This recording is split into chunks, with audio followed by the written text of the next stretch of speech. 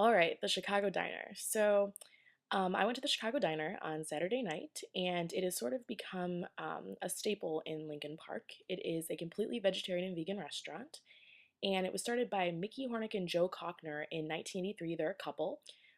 Mickey was vegetarian due to health reasons, and Joe was by choice. And what they really wanted to do was start a restaurant together that had those comfort food staples that they loved, but just made meatless. And they really ended up doing some revolutionary things and have become known nationally for their dishes that, I mean, it's almost impossible to tell that some of them don't have meat. So we went on Saturday night. It was very crowded. We were actually taken to a sort of holding tent out back to wait to get a table. It was actually very pleasant. There was some music playing. You kind of got a feel for the crowd. It was a lot of what you would expect, a lot of younger, hippie looking types. But there were also some families, some total like yuppie looking people, but everyone was surprisingly calm because it wasn't a little over an hour wait and everyone was browsing through the menus, and I think just looking at what they were about to eat was keeping people pretty satisfied. So we walked in, and it was just absolute. I mean, it was so busy. It's a very small room. There's only about 20 tables, and also a counter with where you can have drinks or eat. And it was just bustling. Like you couldn't really tell the difference between who was a patron and who was a waiter. It was kind of nice when we were seated because we were set right up against another table with other patrons, and it was sort of nice because it goes with the feel of the restaurant, the sort of family atmosphere and food. Um, we ended up getting our appetizers extremely fast, which sort of made up for how long the wait was. And we sampled three different things.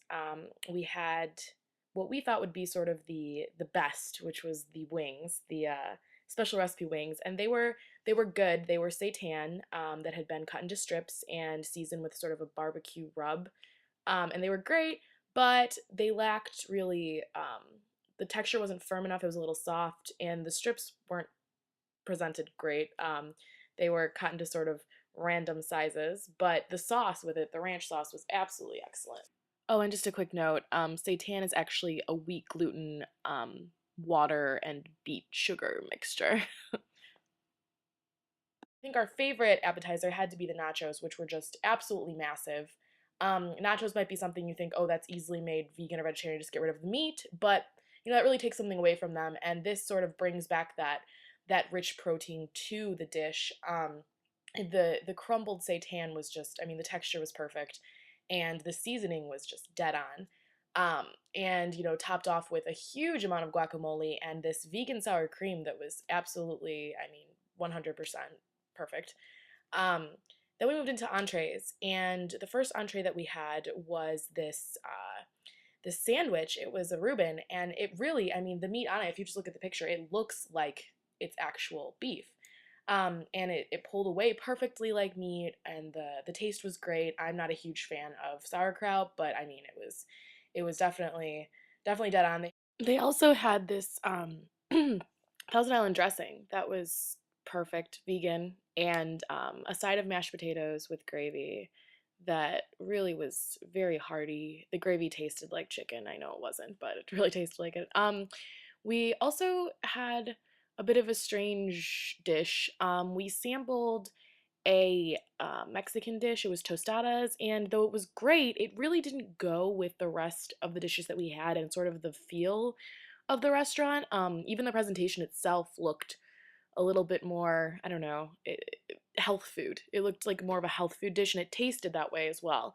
Um, but I think that it was really made up for by our favorite dish of the night, which was the veggie meatloaf. And it was incredible. I can't emphasize enough how much seitan can really taste and feel and look like meat. The meatloaf was just, it was seitan with vegetables, and it was perfect. It crumbled just like meat.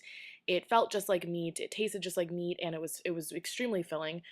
We also had the same side of mashed potatoes with that delicious gravy on top, and a side of sautéed vegetables that were a really nice addition, and very flavorful. They use local vegetables as much as they can, and it was great.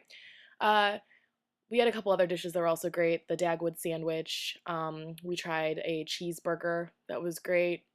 And overall, I mean, the food was excellent. Even the sort of slip up that we had with a few of them.